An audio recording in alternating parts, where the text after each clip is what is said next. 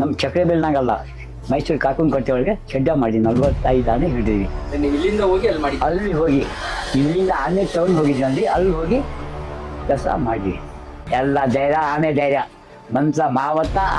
ಮಾವತ್ತಂದು ಆನೆ ಧೈರ್ಯನೇ. ಈ ಗುಂಪಿನಾಗಿ 40 ಆನೆ 45 ಆನೆ ಇದಾವಂದ್ರೆ ಅದ ಹೋಗಿ ನಮಗೆ 4-5 ಆನೆ ಅಡ್ಡ ಮಾಡ್ಕೊಂಡ್ಬರ್ಬೇಕು, ಎಷ್ಟು ಧೈರ್ಯ ಬೇಕು. ಅದು ಡೇಂಜರ್ ಕೆಲಸ. ಈ ಕೆಡ್ಡ ಮಾಡಿ ಹಿಡಿಯೋದ್ಕಿಂತನೂ ಅದು ಡೇಂಜರ್ ಕೆಲಸ. ಆನೆಗಳು ಹಂಗೆ ಮಾಡ್ತಾ ಇದ್ವಾ ಚೆನ್ನಾಗಿ?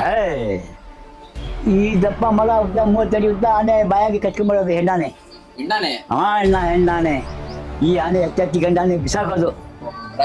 ರಾಜೇಂದ್ರ ಭೀಮಸೇನ ಅವೆಲ್ಲ ಇಷ್ಟಿಷ್ಟು ತನಕ ಮದ. ರಾಜ್ಕುಮಾರ್ ಇಷ್ಟಿಷ್ಟು ತನಕ ಮದ ಹಿಡಿಯೋದು. ಆವಾಗ ಯಾಕೆ ಕೇಳಿಲ್ಲ ಮಾತು.